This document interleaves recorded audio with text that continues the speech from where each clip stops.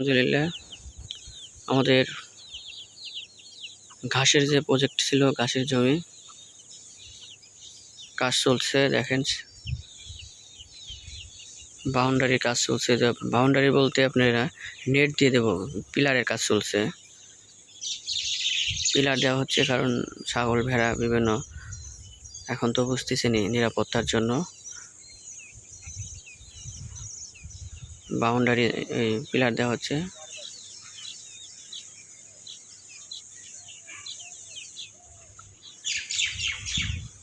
তারপরে নেট দিয়ে বেড়া দেবো। নেট দিয়ে বেড়া দেওয়ার পরে তারপরে ঘাস রোপণ করব।